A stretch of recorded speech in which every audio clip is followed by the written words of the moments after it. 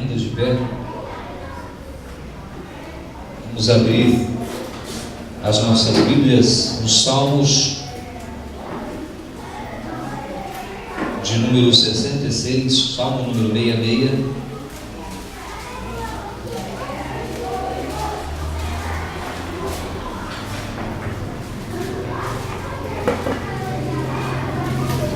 Glória a Deus por essa oração ungida, pelos louvores que aqui foram entoados, que nos edificaram, fortaleceram o nosso coração. Salmo 66, verso 10, diz assim: Pois tu, ó Deus, nos provaste, tu nos afinaste como se afina a prata. Muito bem, repetindo: Pois tu, ó Deus, nos provaste, tu nos afinaste como se afina a prata. Agora, volte um pouquinho a Bíblia, 2 Crônicas, capítulo 7. Volte um pouquinho, 2 Crônicas, capítulo 7, versículo 14, 15 e 16.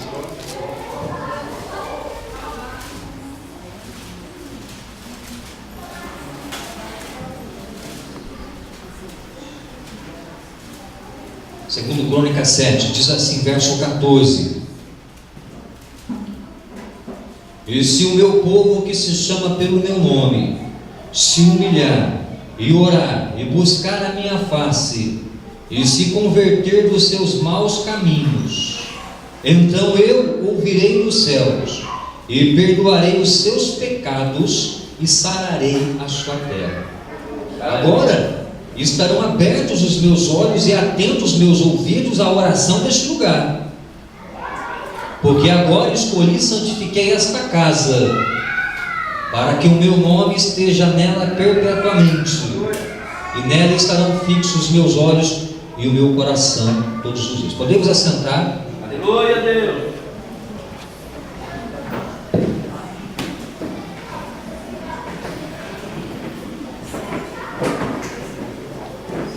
Aleluia. Louvado seja o nome do Senhor. Amados e queridos irmãos, a palavra de Deus tem por título, a mensagem de hoje tem por título: Eu sou contigo, diz o Senhor. Aleluia. Eu sou contigo, diz o Senhor.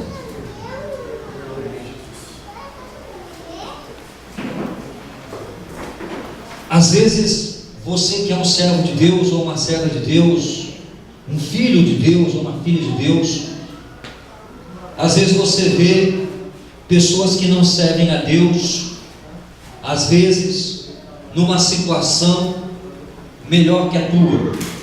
Às vezes você pensa: poxa, eu estou servindo a Deus, estou passando essa dificuldade, às vezes financeira, às vezes familiar, e quando você olha às vezes para uma pessoa que não serve a Deus, ela aparenta estar feliz com a vida dela, com aquilo que acontece na sua vida financeira e assim por diante.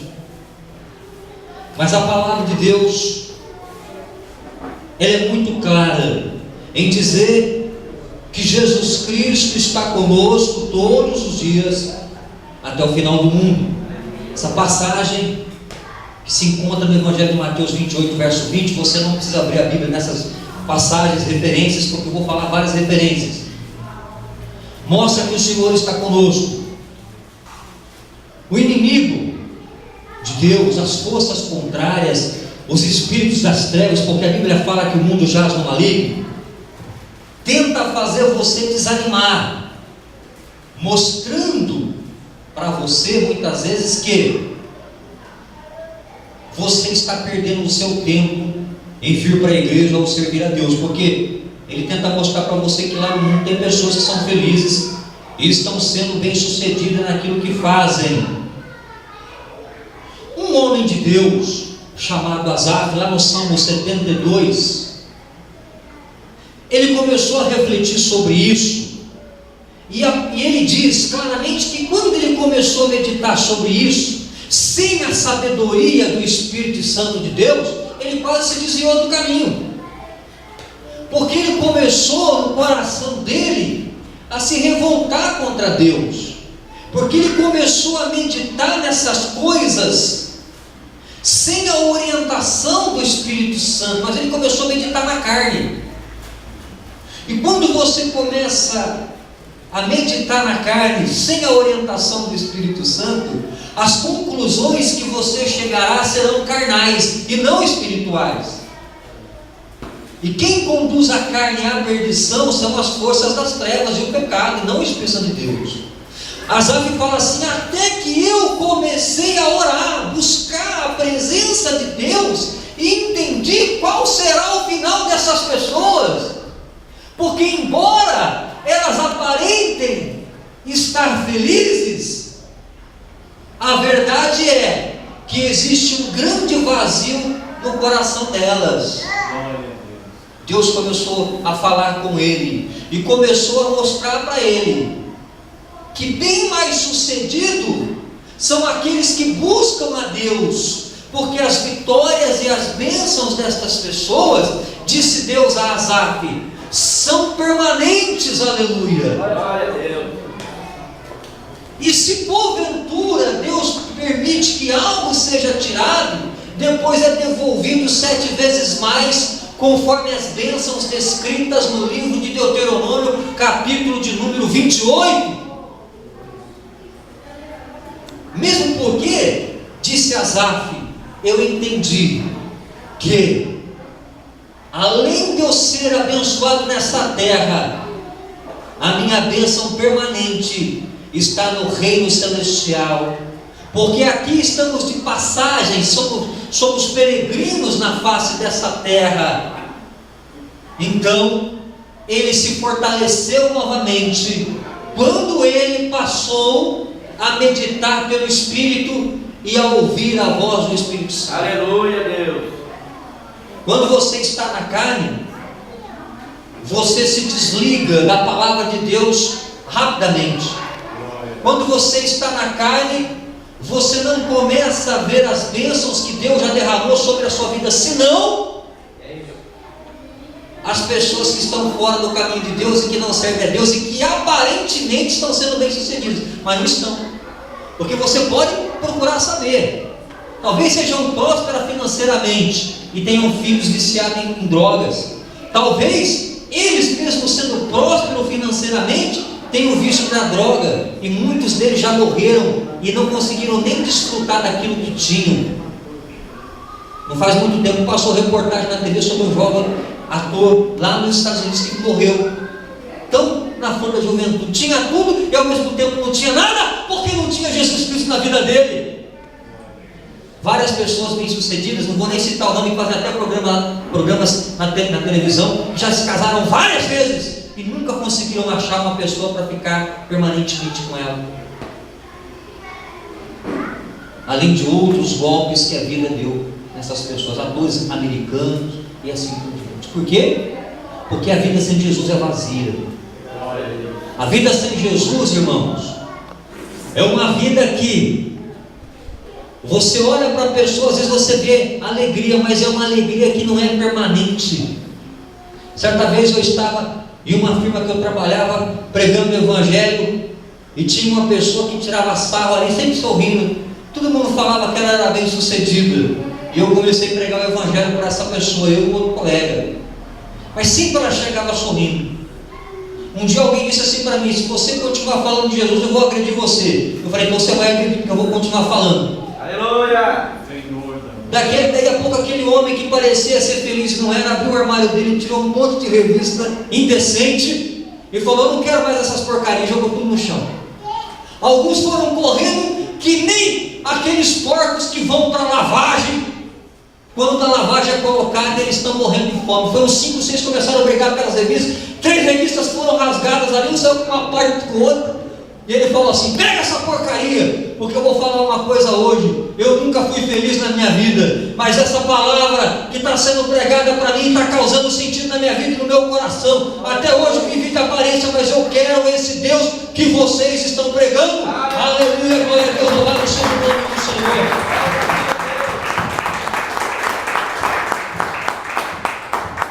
E é por isso que nós temos visto vários atores e cantores mundanos se convertendo ao Evangelho. Vários. Porque a nossa vida só é vivida verdadeiramente na graça do Senhor Jesus, quando nós fazemos a vontade de Deus. Aleluia, Deus. A prova que você passa na sua vida é para te afinar. Ah, pastor, que bom que eu estou com uns quilinhos a mais, eu quero ser afinado. Salmo 66, 10. Deus nos provastes, Deus nos prova e nos afina como se afina a prata. E a prata, irmão, na referência bíblica, ela tinha que ser afinada, e aquela que ia para ser espelho tinha que ser polido. Tinha que ser polida a prata. E era difícil fazer o polimento da prata, uma vez que os recursos para isso, na ocasião, eram insatisfatórios, não tinha recurso. Para você ter uma ideia, depois de muito trabalho para afinar a prata, de vários dias afinando e limpando, ela ia servir como espelho. Mas quando a pessoa chegava para ver a aparência dela, se o polidor não fosse um bom polidor, ela ia ver só uma aparência distorcida. Agora, aqueles que trabalhavam direitinho com a prata, se dedicavam, eram bons polidores, ele fazia a prata refletir bem a imagem, um pouco distorcida, mas melhor do que as outras. Então, até quando você vai ficar sendo provado, Rafael? Até quando o pastor Denilson vai ficar sendo provado? Eu perguntei isso para a irmã Jaqueline, quarta-feira, pelo Espírito Santo. Até quando que ela vai ficar sendo provada? Até quando que a irmã Fabiana, inclusive satisfação de ter ela nessa noite, até quando que ela vai ficar sendo provada? Até que a imagem de Cristo seja refletida nela. Aleluia. Em mim, em vocês. Deus quer olhar para nós e ver a prata polida. Aleluia, glória a Deus. Ele quer olhar para nós e ver a imagem dele sendo refletida através da nossa vida. Ele quer ver o povo dele saindo da prostituição, do adultério, da mentira, da corrupção, do fingimento, que é a hipocrisia. Ele quer ver o povo dele entregando a vida por completo. E quando você entrega a sua vida por completo, você pode sim, às vezes, se preocupar com o que você vai comer, vestir ou pagar. Mas essas preocupações, se você tiver, ou eu tiver, tem que ser passageira, como a chuva de verão. Por quê? A palavra de Deus diz: eu não vou deixar você, eu estou contigo todos os dias. A palavra de Deus diz lá em Mateus 6, não fique preocupado com o que você vai comer ou com o que você vai beber, porque as pessoas que não creem em Deus, não servem, têm esta preocupação. Mas vós sois diferentes, vós sois filhos do Altíssimo, aquele que, segundo está escrito em Ageu 2, versículo 8, é dono do ouro e da prata, aleluia. Aquele que vai suprir todas as suas necessidades em glória por Cristo Jesus, nosso Senhor. Creia nessa palavra, porque essa palavra é de Deus. Glória a Deus.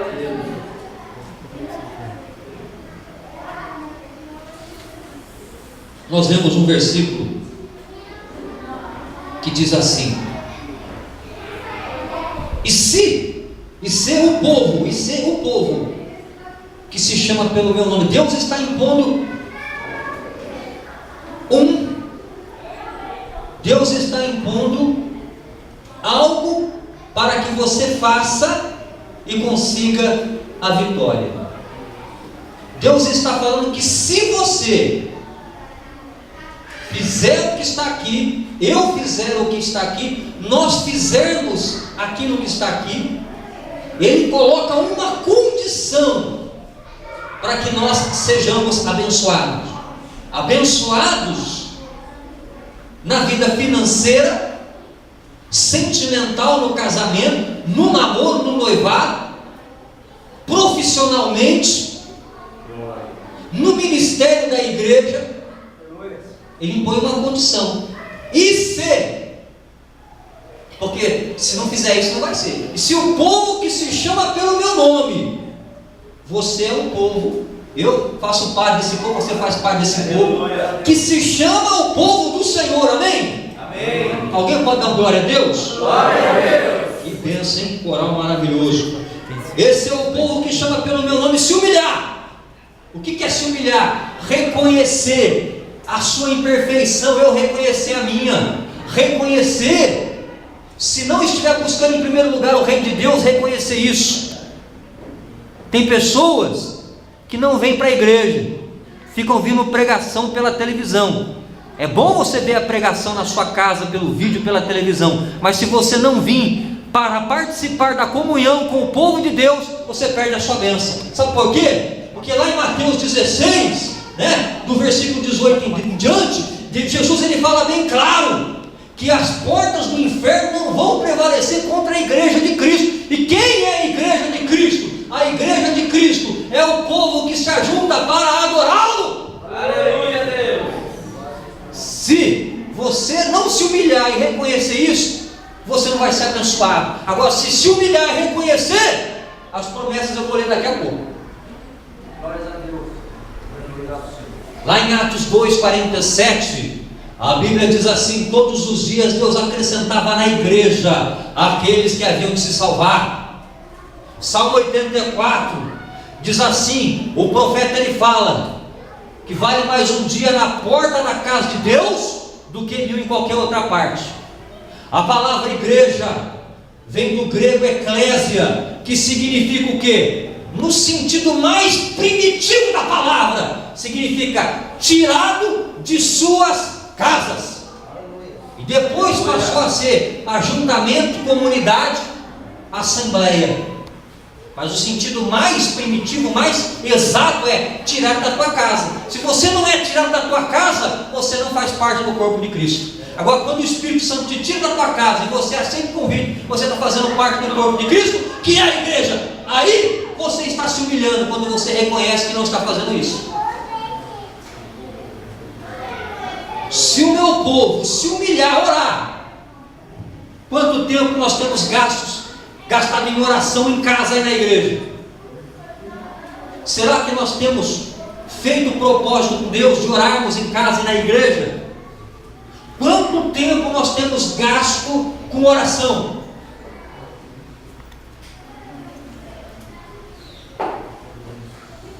Algo importante você fazer com a sua esposa, com a sua namorada, com a sua noiva, antes de começar o namoro. Faça uma oração, você que é o sacerdote, homem de Deus. Abre a Bíblia, faz uma oração e lê a Bíblia 10 minutos. Conversa com a sua esposa, com a noiva, pelo menos 10 minutos, na palavra de Deus. E quando você for embora, ora novamente. Porque assim, Deus está falando que vai te abençoar. Oração é colocar a tua fé em ação. Você tem muitas coisas para fazer no seu dia.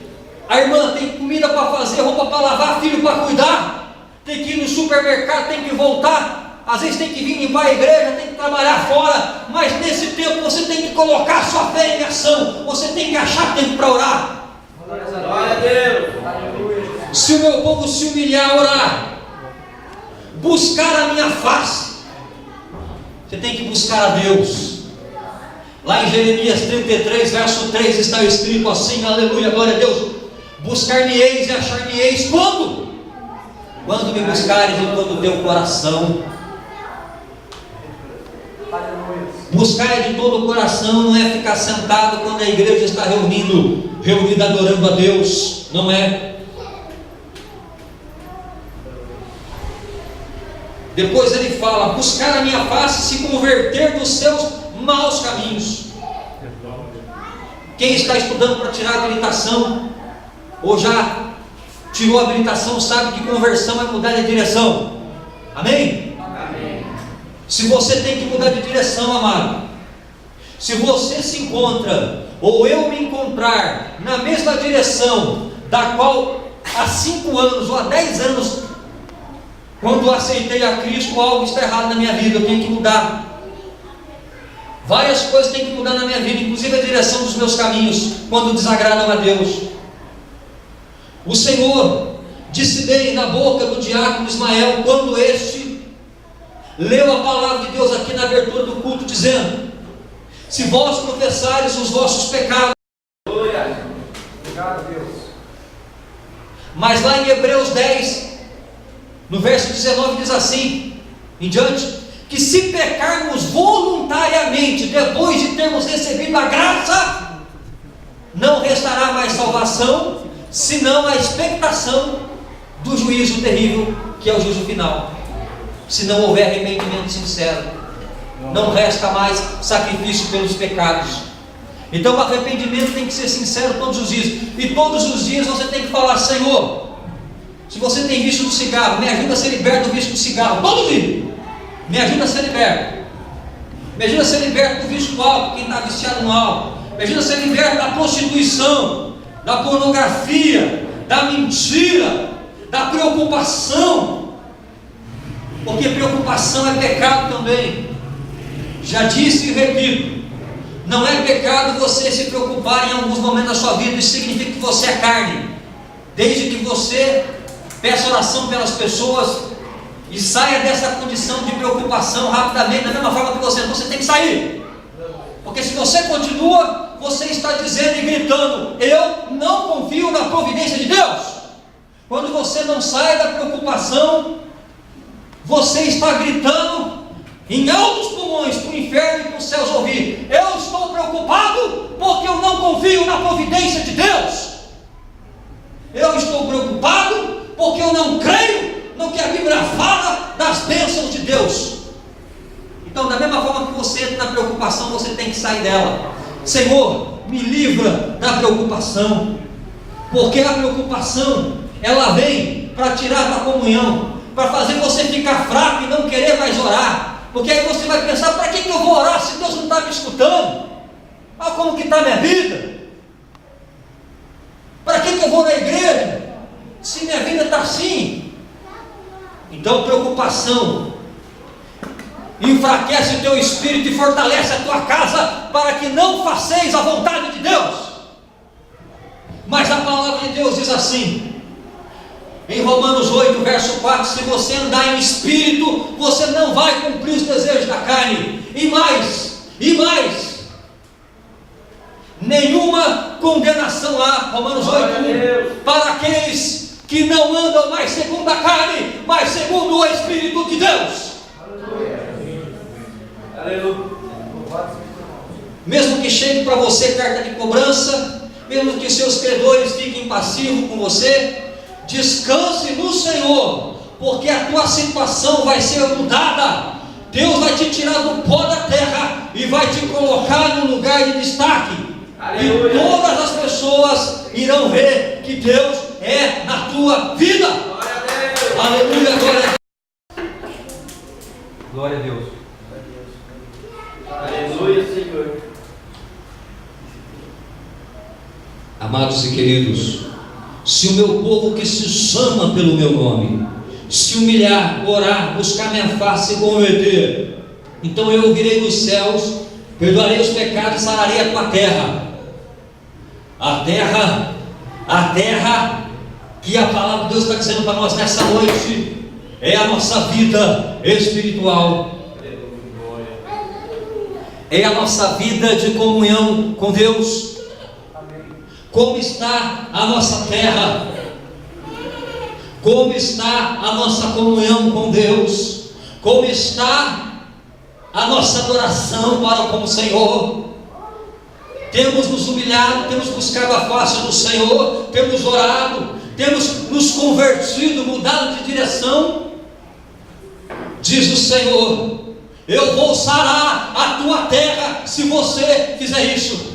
Terra também significa vida financeira, significa vida sentimental, significa vida conjugal, significa vida profissional, significa ministério na igreja, significa um conjunto de coisas físicas e espirituais. Eu, diz o Senhor, aleluia, vou sarar a tua terra. Glória a Deus. Se você, se eu, se nós, que somos chamados pelo nome do Senhor, nos humilharmos, orar, buscar a face do Senhor, converter os maus caminhos, eu ouvirei dos céus a sua oração e perdoarei os seus pecados.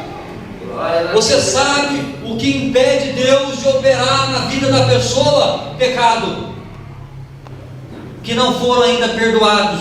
Você sabe por que existem pecados que não são perdoados? Você sabe por que existem pecados que não são perdoados? E antes dessa resposta, da qual eu fiz a pergunta, eu vou fazer outra pergunta. Você sabia que se você não for perdoado e o pecado continuar, você não é abençoado? As suas bênçãos ficam retidas no céu e não conseguem chegar até você? É por isso que Deus ele fala, antes de prometer as bênçãos nas áreas materiais e espirituais, ele fala: quando você fizer tudo isso, orar, buscar minha face, se converter, se arrepender dos seus maus caminhos, eu vou ouvir a tua oração e perdoar os teus pecados.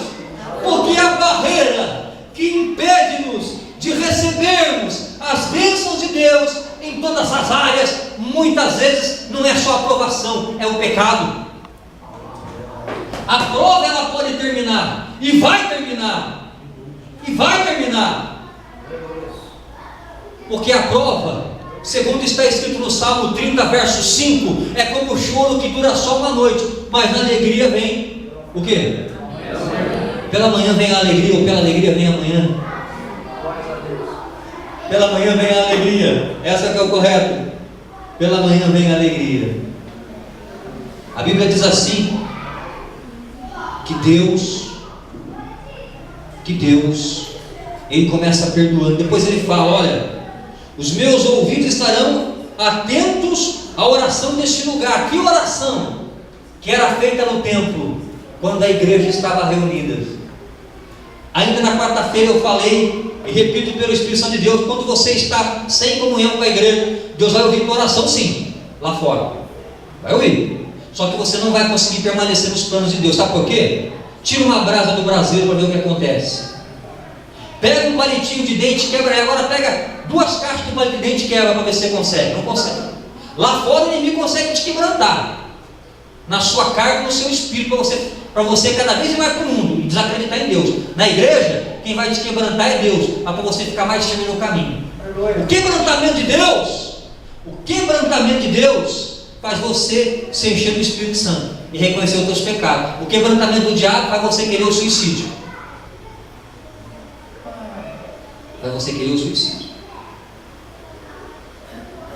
Eu prefiro, a conclusão que se chega é então, eu prefiro ser quebrantado por Deus do que ser quebrado pelo diabo.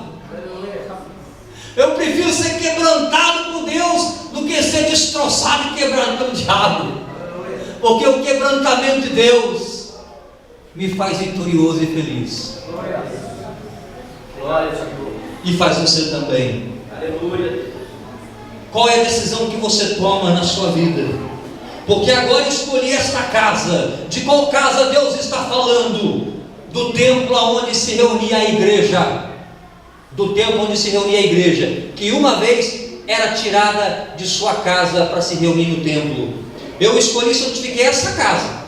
Diaconisa Zumira trouxe para mim essa revelação quando eu estava olhando também com relação a este templo, a essa igreja.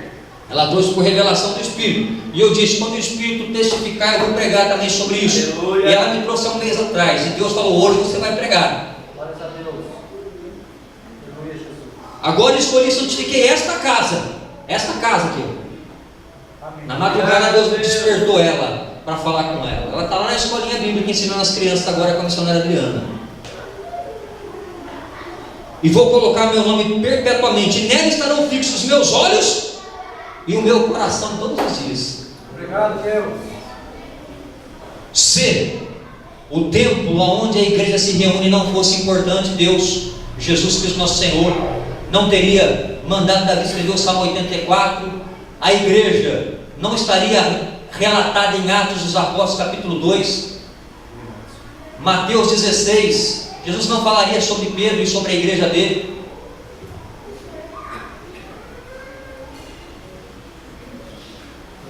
Quem tem promessa de Deus aqui, levante a mão e dê glória a Deus. Glória a Deus. Vou dizer algo para você que tem promessa.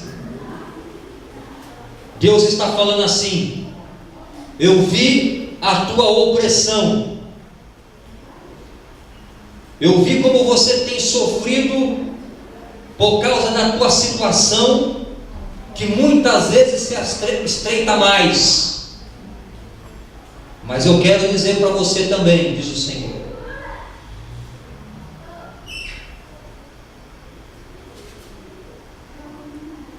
que chegou a hora de você confiar em mim, diz o Senhor. O Senhor diz assim para você, Isaías 49, verso 15.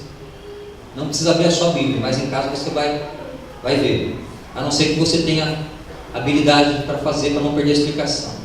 O Senhor manda eu te dizer assim: pode uma mulher esquecer-se tanto do seu filho que cria, que não se compadeça dele, do filho que saiu do seu ventre? O que você acha? Deus está perguntando aqui: pode uma mulher esquecer-se do seu filho que cria, do filho que saiu do seu ventre? É possível uma mulher se esquecer? Hã? E aquela que abandona numa lata de lixo, você acha que ela consegue esquecer? Não. E aquela que faz aborto, consegue esquecer? Para tudo tem perdão, viu? Para tudo tem perdão. Não consegue, né? Consegue? Mas Deus, ele diz assim: ainda que essa conseguisse se esquecer, eu todavia não me esquecerei de vós. Aleluia. Ainda que uma mulher que faz a gestação aí num período aproximado de 9 meses, tem umas que conseguem antes, 7 meses, né? Mas enfim, carregou a criança no ventre vários meses. Se ela não consegue esquecer dessa criança, desse filho que ela deu à luz, ou que ela criou, o Senhor diz: ainda mais, eu não vou me esquecer de ti. Ainda que ela venha se esquecer, não é possível a mulher se esquecer, mas ainda que aconteça dessa mulher se esquecer, eu, diz o Senhor, Miguel, não me esquecerei de ti. Glória ao teu nome, Deus. Não me esquecerei de ti. Obrigado, Deus. Glória a Deus, aleluia. Elizabeth, Deus fala que não vai se esquecer de ti. Você sabe por quê, irmã Vera, Diácono Antônio? Você de casa sabe por que Deus diz que não vai se esquecer de você? Você sabe, irmã Eva, porque Deus ele fala que não vai se esquecer de você? De Martins, você sabe por que Deus não vai se esquecer de você? A irmã Maria Pereira, sabe por que Deus não vai se esquecer? Fabiana, sabe por quê? O Breu Anderson, o Breu Lidiano, sabe por quê? Porque nas palmas das minhas mãos vos tenho gravado. Isaías 49, verso 15 e 16. Porque nas palmas das minhas mãos vos tenho gravado. Lá em Isaías 59, verso 1, a Bíblia fala assim: as mãos do Senhor não estão encolhidas para não poder te salvar. Ou seja, Ele está com as mãos. Os ouvidos não estão fechados para não ouvir a sua oração. Então os ouvidos estão. Amém. Se Deus tem você gravado na palma da mão dele, quando Ele vai estender a mão para abençoar, quem Ele vê escrito lá? Ismael, Miguel, Pastor Denilson, Guilherme, cada um de nós. Agora eu vou perguntar de novo, você vai dizer o seu nome, que nem o irmão Ismael que aproveitou a bênção. Parece Jacó que segurou no pé do anjo lá no val do Jeboque e falou: a bênção é minha, anjo. Ele não soltava o pé, o anjo falava: solta do meu pé, senão eu te mato. E Jacó fala: então você mata, porque a minha bênção do lado. Ismael, glória a Deus. Eu vou perguntar de novo. Você vai falar o teu nome, amém? Quem estiver dormindo não vai conseguir falar. Quando Deus estende a mão para abençoar, quem Ele vê na mão dele gravado? Denilson, pastor Denilson. Amém, as palmas para Jesus. Eu falei e quase perdi a bênção, porque eu fiquei esperando a igreja responder. Aí eu vi que estava quase pelo pé para responder rapidinho, 2 vezes ainda. Como eu atrasei um pouquinho para responder, eu respondi 2 vezes, para compensar o atraso, né? Amados e queridos, nas palmas das minhas mãos eu vos tenho gravado. Eu, Senhor, estou contigo. Aleluia. Todos os dias. Glória a Deus. Vamos nos colocar de pé.